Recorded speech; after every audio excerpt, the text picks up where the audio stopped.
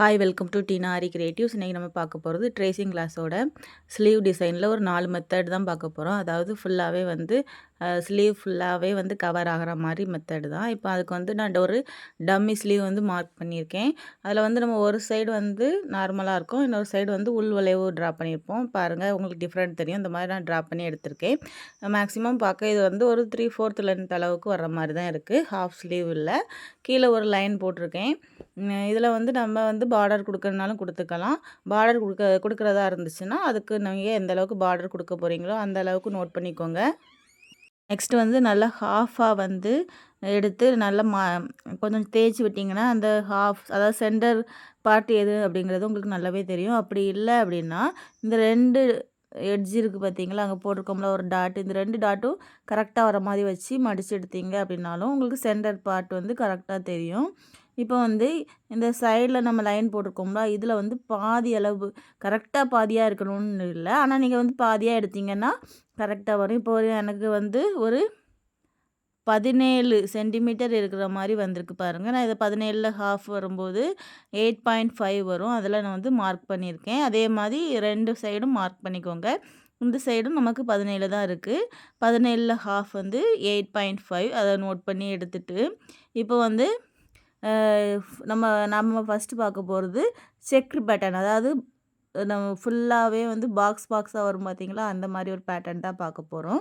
இது வந்து அளவு என்ன அப்படின்னா வந்து ஃபஸ்ட்டு நான் வந்து ஒரு ஸ்கேல் அளவு வர மாதிரி வந்து லைன் போட போகிறேன். பாக்ஸ் எல்லாமே வந்து ஒவ்வொரு ஸ்கேல் அளவில் இருக்கிற மாதிரி இருக்கும்.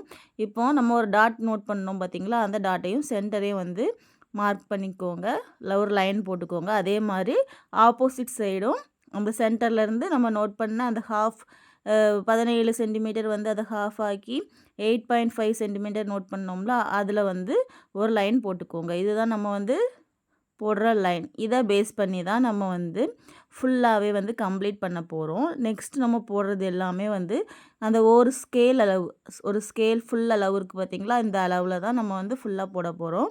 நீங்கள் வந்து அதை நம்ம ஒரு லைன் போட்டிருக்கோம்ல, அதை வந்து பேசிக்காக வச்சுட்டு அதிலிருந்து அடுத்த லைன் ஸ்டார்ட் பண்ணுங்கள். இப்போ நான் பண்ணுறேன் பாருங்கள், இதே மாதிரி தான் நம்ம போடணும். இதே மாதிரி ஃபுல்லாகவே ஒரு சைடு ஃபுல்லாக போட்டுட்டு அடுத்த ஆப்போசிட் சைடும் நம்ம போட்டோம் அப்படின்னா நமக்கு ஒரு ஸ்லீவ் கிடச்சிரும். இப்போ பாருங்கள், இந்த மாதிரி தான் ஃபுல்லாகவே போடணும். இப்போ நம்ம இதே மாதிரி தான் 2 சைடுமே போட போகிறோம். பாருங்கள், ஃபுல்லாக நம்ம வந்து ஒரு ஸ்கேல் அளவு, கண்டிப்பாக ஒரு ஸ்கேல் அளவு தான் இருக்கணும் அப்படிங்கிறதெல்லாம் கிடையாது. நம்ம விருப்பப்படி போடலாம். நான் ஃபார் எக்ஸாம்பிளுக்காக இதை வந்து உங்களுக்கு கொடுத்துருக்கேன். நீங்கள் வந்து 1 சென்டிமீட்டர் அளவு இருக்கிறனாலும் அந்த மாதிரியும் போட்டுக்கலாம். இப்போ பாருங்கள், பாக்ஸோட சைஸை பொறுத்து நமக்கு மாறும். இதோட பெரிய பாக்ஸாக வேணும்னா அதுக்கு தக்க ஒரு 2 ஸ்கேல் அளவுலாம் போட்டிங்க அப்படின்னா ரொம்ப பெருசாக இருக்கும், அது நல்லா இருக்காது. இப்போ இதுவே வந்து உங்களுக்கு நார்மலாக இருக்குது. இதே இது உங்களுக்கு இது வந்து கிராஸில் டைமண்ட் ஷேப்பில் வந்த மாதிரி வருது பார்த்தீங்களா, இதே இது உங்களுக்கு ஸ்கொயர் ஷேப்பில் வந்த மாதிரி வரணும்னா நேராக வந்து நம்ம வந்து லைன் போடணும். ஓகேவா? இப்போ வந்து ஃபுல்லாக போட்டு முடிச்சாச்சு. இப்போ நம்ம வந்து என்ன பண்ணியிருக்கோம்னா ஹாஃபாக பிரிச்சுட்டு, அதாவது ஹாஃப் முதல்ல 17 சென்டிமீட்டர் வந்துச்சு, அதை ஹாஃபாக பிரித்தா 8.5 சென்டிமீட்டர். அந்த இதிலேருந்து சென்டருக்கு ஒரு லைன் போட்டோம். அதே மாதிரி ஆப்போசிட் சைட்லேயும் 2ஆக பிரிச்சுட்டு சென்டருக்கு ஒரு லைன் போட்டோம். திரும்ப அதிலேருந்து ஒரு ஸ்கேல் அளவு எடுத்து ஒவ்வொரு லைனாக போட்டுட்டு திரும்ப ஆப்போசிட் சைட்லேயும் போட்டு முடிச்சிருக்கோம். இதுதான் வந்து ஒரு செக் பேட்டர்ன். நெக்ஸ்ட் வந்து இன்னொரு டம்மி ஸ்லீவ் நான் மார்க் பண்ணி எடுத்திருக்கேன் பாருங்கள். இதில் வந்து நம்ம டைமண்ட் ஷேப் வந்து கொஞ்சம் வந்து 4 பக்கம் சேமாக கொஞ்சம் சின்ன சைஸாக வேணும். 1 சென்டிமீட்டர் அளவில் வர மாதிரி நான் எடுக்க போகிறேன். இப்போ வந்து இதை லெஃப்ட்டுன்னு எடுத்துக்கோங்க, இந்த பக்கத்தை லெஃப்ட்டுன்னு எடுத்துக்கோங்க, அந்த பக்கத்தை ரைட்டுன்னு எடுத்துக்கோங்க. இப்போ வந்து ஸ்கொயர் ஷேப்பில் உங்களுக்கு வேணும் அப்படின்னா, இப்போ 1 சென்டிமீட்டரில் நீங்கள் யூஸ் பண்ணுறீங்க அப்படின்னா நேராக நம்ம கோடு போடணும். நான் ஏற்கனவே சொன்ன மாதிரி நேராக போட்டுட்டு நெக்ஸ்ட்டு கிராஸில் போட்டிங்க அப்படின்னா, அதாவது ஹரிசாண்டல் லைன், வெர்டிக்கல் லைன் சொல்லுவோம்ல, அந்த மாதிரி நீங்கள் போட்டிங்க அப்படின்னா உங்களுக்கு பாக்ஸ் கிடச்சிரும். ஒவ்வொரு சென்டிமீட்டர் கேப் விட்டு போட்டிங்கன்னா உங்களுக்கு அந்த மாதிரி கிடச்சிரும். இப்போ நம்ம போடுறது வந்து கொஞ்சம் டைமண்ட் ஷேப்பில் வந்த மாதிரி உங்களுக்கு வரும்.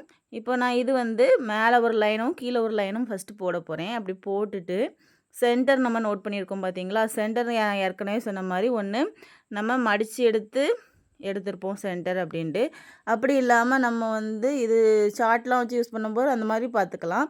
டைரெக்டாக நீங்கள் வந்து அளவு ப்ளவுஸை வச்சு மார்க் பண்ணுறீங்க அந்த மாதிரி வரும்போது நான் முதலே சொன்ன மாதிரி 2 சைடு உள்ள எட்ஜ் இருக்குது பார்த்தீங்களா, அதை 2யும் சேமாக வச்சுட்டு நீங்கள் அப்படியே மடிச்சிங்க அப்படின்னா உங்களுக்கு சென்டர் கிடச்சிரும். இப்போ நான் மேலேயும் கீழேயும் ஒரு லைன் போட்டிருக்கேன். சென்டரை நோட் பண்ணிக்கிறேன் 2 பக்கமுமே. நோட் பண்ணிவிட்டு மேலே அந்த சென்டர்லேருந்து 2 பக்கமும் ஒவ்வொரு சென்டிமீட்டர் வர மாதிரி, ஒவ்வொரு சென்டிமீட்டர் இல்லை, ஒவ்வொரு இன்ச் வர மாதிரி நம்ம வந்து மார்க் பண்ண போகிறோம். இப்போ பாருங்கள்,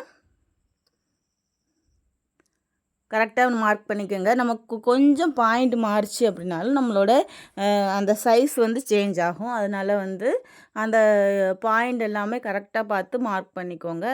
இதே மாதிரி லெஃப்ட் சைடும் நம்ம மார்க் பண்ணணும்.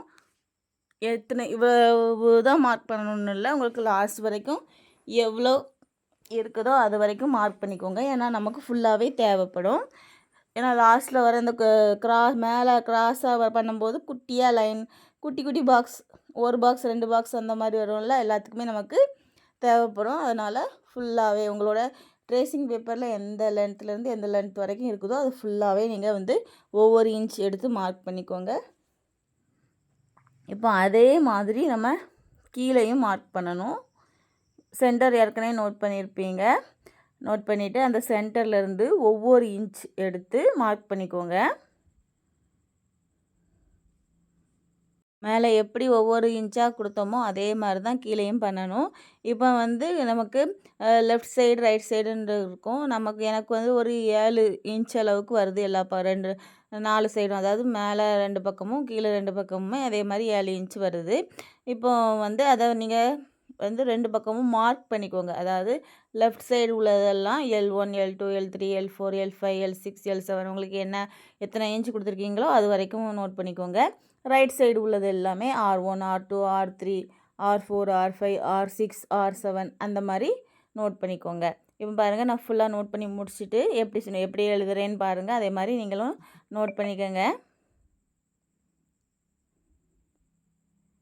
இதுதான் வந்து லெஃப்ட் சைடு, ஆப்போசிட் சைடு வந்து ரைட் சைடு. ஓகேவா? இப்போ வந்து நம்ம என்ன பண்ண போகிறோம் அப்படின்னா, நான் ஏற்கனவே சொன்ன மாதிரி மார்க் பண்ண போகிறேன். L1, L2, L3, L4 அதே மாதிரி R1, R2, R3 அந்த மாதிரி 2 சைடும் மார்க் பண்ணி எடுத்து நெக்ஸ்ட் வந்து நம்ம வந்து லைன் போடணும். நம்ம வந்து இப்போது சென்டரிங் லைன் போட்டுட்டு அடுத்தால நேரே R1 கீழே R1 அப்படி போட்டோம் அப்படின்னா உங்களுக்கு ஃபுல்லாகவே வந்து பாக்ஸாக, அதாவது ஸ்கொயர் ஷேப்பில் உங்களுக்கு கிடைக்கும். இப்போ வந்து நமக்கு டைமண்ட் ஷேப்பில் போட போகிறோம் அப்படிங்கிறதுனால என்ன பண்ணணும் அப்படின்னா, ஒவ்வொன்றா வச்சு பார்க்கணும். இப்போ L1 பாருங்கள், சென்டர் பண்ணிங்கன்னா வராது உங்களுக்கு டைமண்ட் ஷேப். L1ங்கும்போது ரொம்ப பக்கத்தில் வந்த மாதிரி இருக்கும். அதாவது ஒரு பேசிக்காக ஒரு மேலே சென்டர்லேருந்து ஸ்டார்டிங் பண்ணுறது. இந்த சைடு என்ன இருக்குது, L3 இருக்குது. அந்த L3 வரைக்கும் ஒரு லைன் போட்டுக்கோங்க.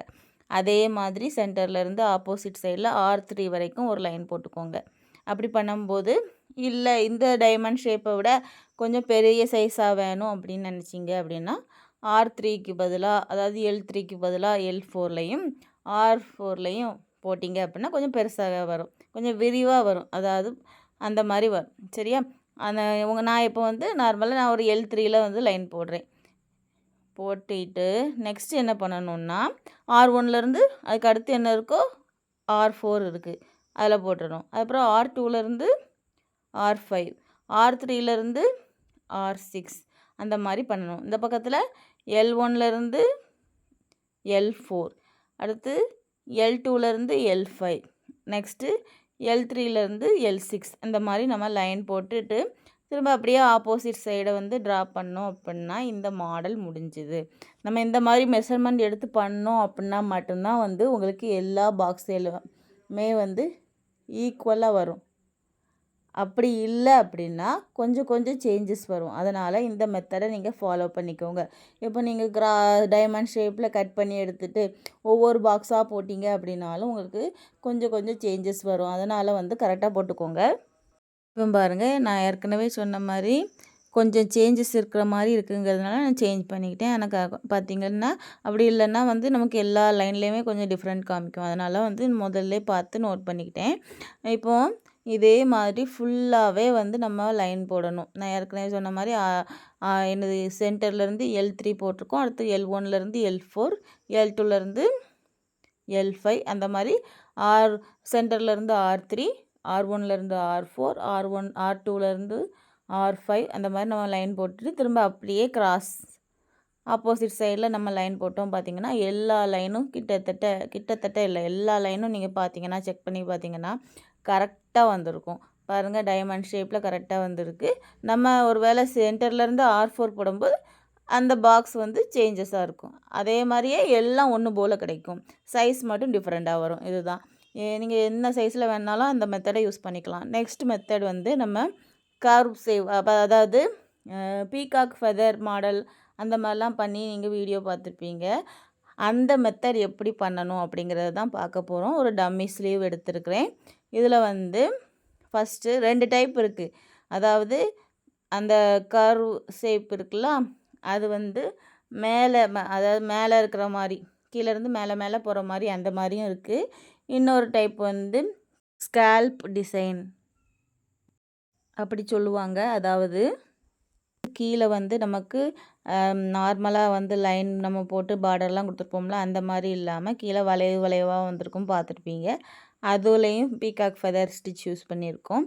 அந்த மெத்தடும் நம்ம வந்து நெக்ஸ்ட் பார்க்க போகிறோம். இப்போ இதுக்கு வந்து ப்ரோ சர்க்கிள் எடுத்து ஒரு லைன் போட்டுக்கோங்க. போட்டுட்டு ப்ரோ சர்க்கிளில் வந்து எந்த அதாவது ரவுண்ட் ஷேப் வந்து பெருசாக இருக்கோ அதை நான் இப்போ எடுக்கிறேன்.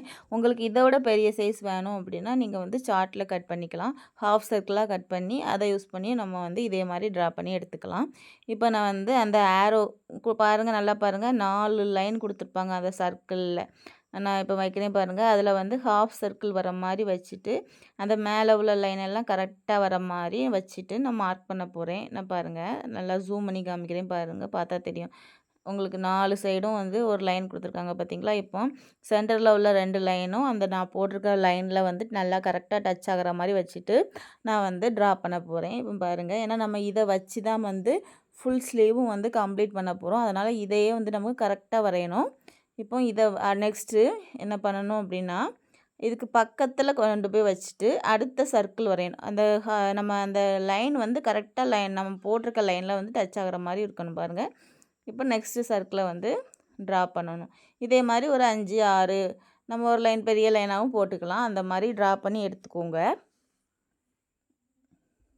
இந்த ட்ரா பண்ணி எடுத்த பீஸை வச்சு தான் நம்ம டம்மி ஸ்லீவ் வச்சுருக்கோம்ல, அதுக்கு கீழே இந்த ட்ரா பண்ணியிருக்கிற பேப்பரை வந்து கீழே வச்சுட்டு மேலே வச்சு ட்ரா பண்ணி எடுக்கணும், ட்ரேஸ் பண்ணி எடுக்கணும்.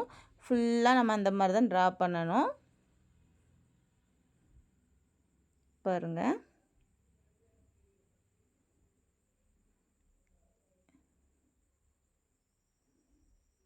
இதே மாதிரி தான் ஃபுல்லாகவே நம்ம பண்ண வேண்டியது இருக்கும். ஒரு லைன் இப்போ வந்து மேக்ஸிமம் நம்ம ட்ரேசிங் எல்லாமே அப்படி தான் இருக்கும். நம்ம இப்போ ஒரு ஃப்ளவர் வச்சு நம்ம ட்ரேஸ் பண்ணி ஒரு நெக் டிசைனோ ஒரு ஸ்லீவ் டிசைனோ கொண்டு வர போகிறோன்னா நம்ம வந்து ஒரு ஃப்ளவரை மட்டும் தனியாக வரைஞ்சி எடுத்துப்போம். அந்த ஃப்ளவரை வச்சே எங்கெங்கெல்லாம் ஃப்ளவர் வரணுமோ அங்கெல்லாம் நம்ம வந்து ட்ரேஸ் பண்ணி எடுப்போம். அதை மாதிரி தான் எல்லா மெத்தடுக்குமே வரும். இப்போ பாருங்கள், நம்ம ஹாஃப் சர்க்கிள் ட்ரா பண்ணி எடுத்திருக்கோம். இதை அப்படியே நம்ம ஸ்லீவ் மார்க் பண்ணி வச்சுருக்கோம்ல, அதுக்கு கீழே கொண்டு வச்சுட்டு சென்டர் பார்ட்டை வந்து நோட் பண்ணி வச்சுருப்பீங்க. அந்த சென்டர் பார்ட்டில் கரெக்டாக வச்சுக்கோங்க. இப்போ பாருங்கள், நான் ஏற்கனவே உங்களுக்கு சொல்லியிருக்கேன், சென்டர் பார்ட் வந்து நீங்கள் மடக்கி எடுத்து வச்சுருந்தீங்கன்னா அதை வந்து சென்டராக நோட் பண்ணிக்கோங்க. அப்படி இல்லை அப்படின்னா அந்த 2 ஓரம் எட்ஜ் இருக்குது பார்த்தீங்களா, அது 2யும் கரெக்டாக வச்சுட்டு 2 சேமாக இருக்கிற மாதிரி வச்சுட்டு நல்லா சென்டரை தேய்ச்சி விட்டீங்க அப்படின்னா அதுதான் சென்டர் பார்ட்டு. அதை வச்சுக்கோங்க. இப்போ வந்து நம்ம என்ன பண்ண போகிறோம் அப்படின்னா, ஃபுல்லாகவே வந்து இந்த ஹாஃப் சர்க்கிள் வர மாதிரி நம்ம வந்து ட்ரா பண்ண போகிறோம். இதுதான் வந்து இந்த ஸ்லீவோட ஒர்க்கு. நம்ம ஹெவி ஒர்க்காக இருக்கும், நமக்கு ப்ளவுஸ் ஒர்க்குமே வந்து அந்த மாதிரி வரும். ஃபுல்லாக மேக்ஸிமம் பார்த்திங்கன்னா இந்த மெத்தடில் வந்து அங்கே என்ன நம்ம பண்ணியிருப்போம்னா பீகாக் ஃபெதர் ஸ்டிச், அந்த ஸ்டிச் தான் மேக்ஸிமம் நம்ம யூஸ் பண்ணி நீங்கள் பார்த்துருப்பீங்க. இப்போ பாருங்கள், இப்படி கீழே வச்சுக்கோங்க.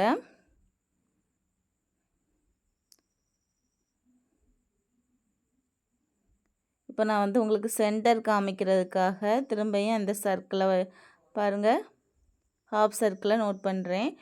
பாருங்கள் கரெக்டாக ஹாஃப் சர்க்கிள் வந்திருக்கு. இதோட சென்டர் பார்ட் இருக்குது பார்த்தீங்களா, மேலே ஒரு லைன் கொடுத்துருக்கு பார்த்தீங்களா, அந்த லைனை நான் நோட் பண்ணியிருக்கேன். ஏன்னா இதுக்கு மேலே வச்சு நம்ம அடுத்த லைன் ட்ரா பண்ணும்போது கரெக்டாக வரணும், அதுக்காக நான் வந்து மார்க் பண்ணியிருக்கேன்.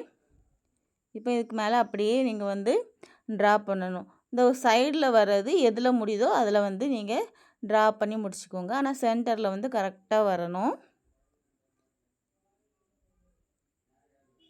இப்போ பாருங்க, இந்த மாதிரி நம்ம வந்து ஃபுல்லாகவே நம்ம ட்ரா பண்ண போகிறோம். இப்போ பாருங்கள் சென்டருங்கிறது நமக்கு தெரியுது. நெக்ஸ்ட்டு அப்படியே ஃபுல்லாக ட்ரா பண்ணணும். உங்களுக்கு கரெக்டாக தெரியணும் அப்படிங்கிறதுக்காக நான் ரொம்ப ஸ்லோவாகவே போட்டிருக்கேன் பாருங்கள்.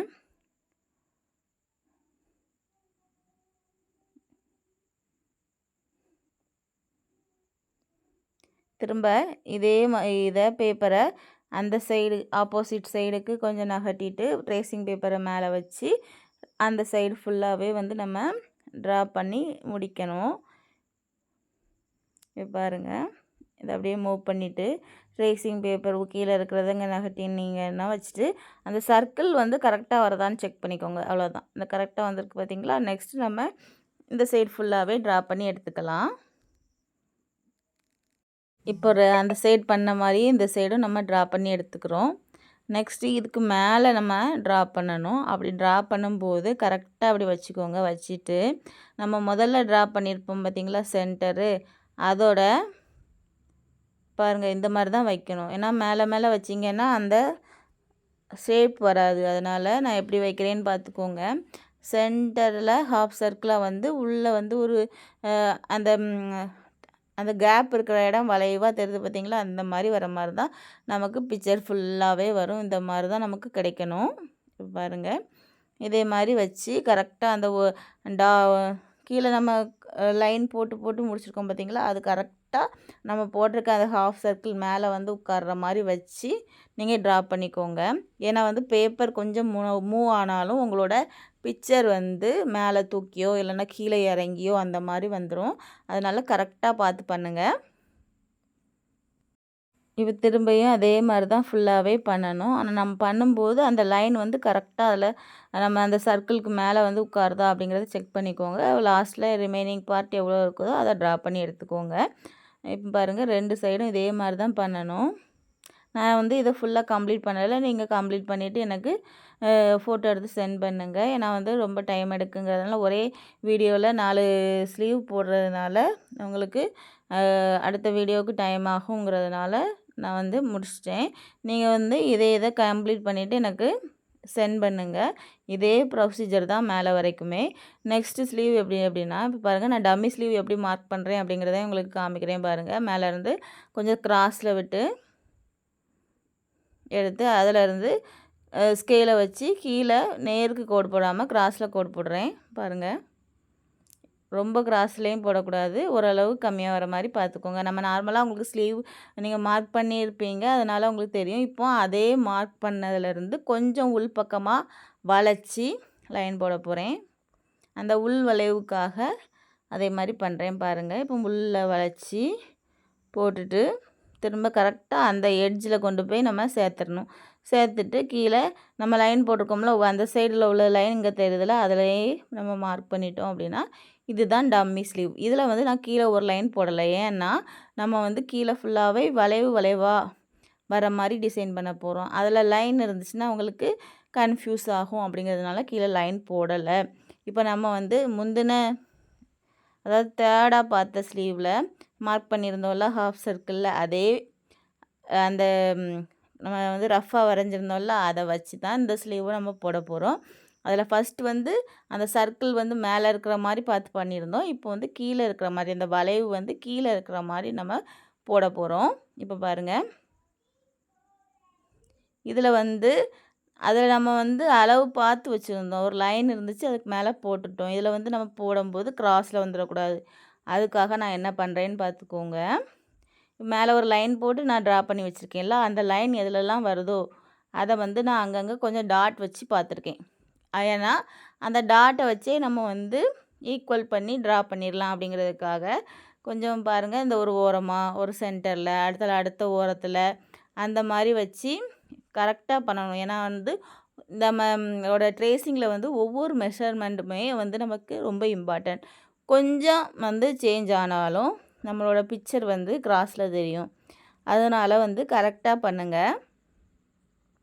பாருங்கள், நம்ம சொன்ன மாதிரி நான் மார்க் பண்ணியிருக்கேன் பார்த்தீங்களா?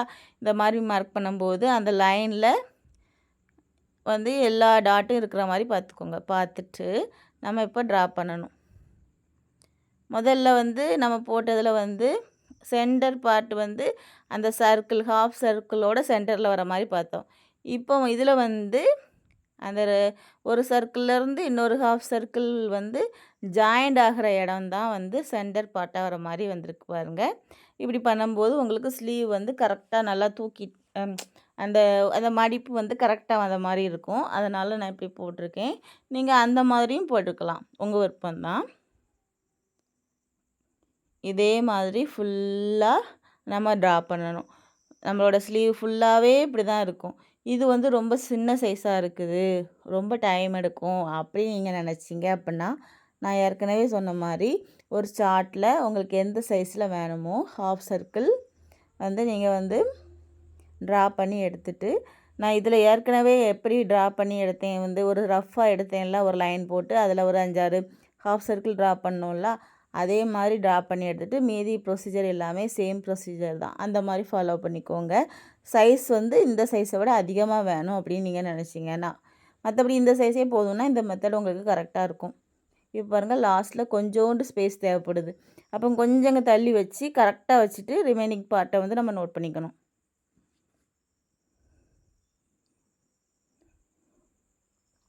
இப்போ அடுத்த சைடுக்கு எவ்வளோ ஸ்பேஸ் இருக்குதுன்னு பார்த்துக்கோங்க. கரெக்டாக வச்சுட்டு அந்த நான் டாட் சொல்லியிருந்தேன் பார்த்தீங்களா, அந்த டாட் வந்து கரெக்டாக இருக்கிற மாதிரி வச்சுட்டு இப்போ இந்த சைடில் நம்ம ட்ரா பண்ண போகிறோம்.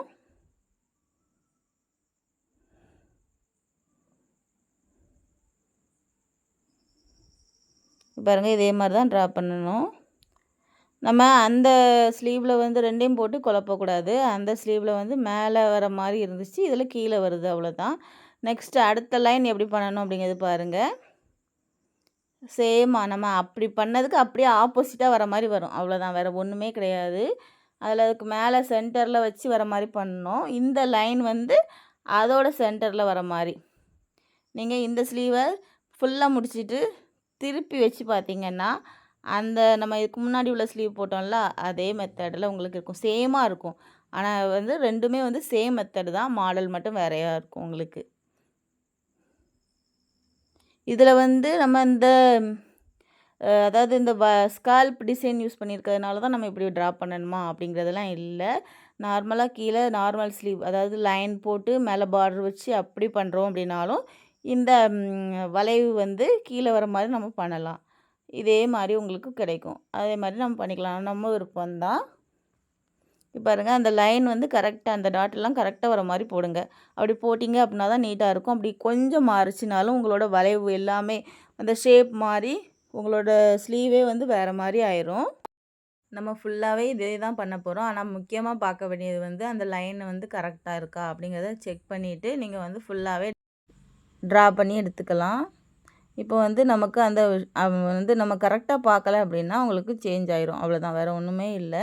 ஏன்னா வந்து அந்த சர்க்கிள், ஹாஃப் சர்க்கிள் வந்து ஃபுல்லாக கரெக்டாக வர மாதிரி பண்ணோம் அப்படின்னா தான் உங்களோட ஸ்லீவ் வந்து நல்லாயிருக்கும்.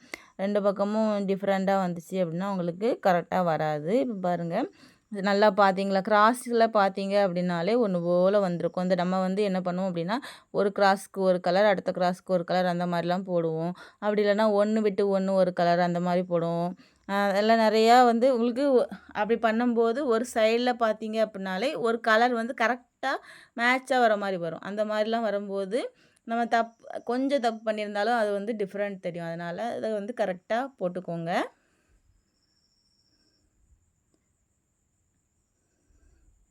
பாருங்கள், இதே மாதிரி தான் ஃபுல்லாக போடணும். லாஸ்ட்டில் ரிமைனிங் பார்ட் எவ்வளோ இருக்கோ அதை நோட் பண்ணிக்க வேண்டியதுதான். இந்த மெத்தட் வந்து நம்ம கொஞ்சம் கவனமாக போடணும். ஏன்னா வந்து நம்ம ட்ரா பண்ணுறது வந்து கரெக்டாக இருக்கா அப்படிங்கிறது தான் ரொம்ப முக்கியம். கொஞ்சம் மாறணும் அப்படின்னாலும் கீழே உள்ளது பெருசாக கீழே உள்ள அந்த ஹாஃப் சர்க்கிளாக போட்டிருக்கோம்ல, அது பெருசாக இருந்த மாதிரியும் மேலே உள்ளது சின்னதாக இருந்த மாதிரியும் ஆயிரும். அதனால் வந்து பார்த்து பண்ணுங்கள். அதே மாதிரி நீங்கள் ஆரி ஒர்க்லாம் பண்ணி கொடுக்கும்போது ஹாஃப் ஸ்லீவுக்கு ஒரு ரேட்டும் 3/4 அந்த மாதிரி வந்துச்சுன்னா இன்னும் கொஞ்சம் அதிகமாகவும் கேளுங்க. ஏன்னா வந்து ஒர்க் வந்து ஹெவி ஒர்க்கு, டைம் எடுக்கும். அதுவும் இல்லாமல் த்ரெட் ஒர்க்குங்கிறதுனால அதிகமாக டைம் ஆகும், மெட்டீரியல்ஸும் அதிகமாக ஆகும். அப்படிங்கிறதுனால நீங்கள் வந்து தாராளமாகவே 2க்கும் டிஃப்ரெண்ட் பண்ணி உங்களை அமௌண்ட் கேட்கலாம். மற்றபடி சில மாடலில் சென்டரில் மட்டும் ஒரு மாடல் வந்து அங்கங்கே புட்டாஸ் வரும்போது அந்தளவுக்கு ஒர்க் வந்து ஹெவியாக இருக்காது. இது வந்து ஹெவி ஒர்க்காக இருக்கிறதுனால நீங்கள் தாராளமாக அமௌண்ட் அதிகமாகவே கேட்கலாம். இப்போ பாருங்கள், ஃபுல்லாகவே ட்ரா பண்ணி முடிச்சாச்சு. இப்போ எப்படி இருக்குன்னு பாருங்கள். சாதாரணமாக நம்ம ஒரு லைன் ட்ரா பண்ணதை வச்சு தான் இந்த ஹெவி லுக்குக்குள்ளே ஸ்லீவை வந்து நம்ம மார்க் பண்ணி எடுத்துருக்கோம். எப்படி இருக்குன்னு பாருங்கள். இந்த 4 மெத்தடையும் நீங்கள் வந்து ட்ரா பண்ணிவிட்டு எனக்கு ஃபோட்டோ எடுத்து சென்ட் பண்ணுங்கள். கண்டிப்பாக உங்களுக்கு இந்த வீடியோ யூஸ்ஃபுல்லாக இருந்திருக்கும் அப்படின்னு நினைக்கிறேன். நெக்ஸ்ட் வீடியோவில் நம்ம, அதாவது நெக்ஸ்ட் கிளாஸு 4ஆ 5ஆ கிளாஸ் 5ல் பார்க்கலாம். தேங்க்யூ.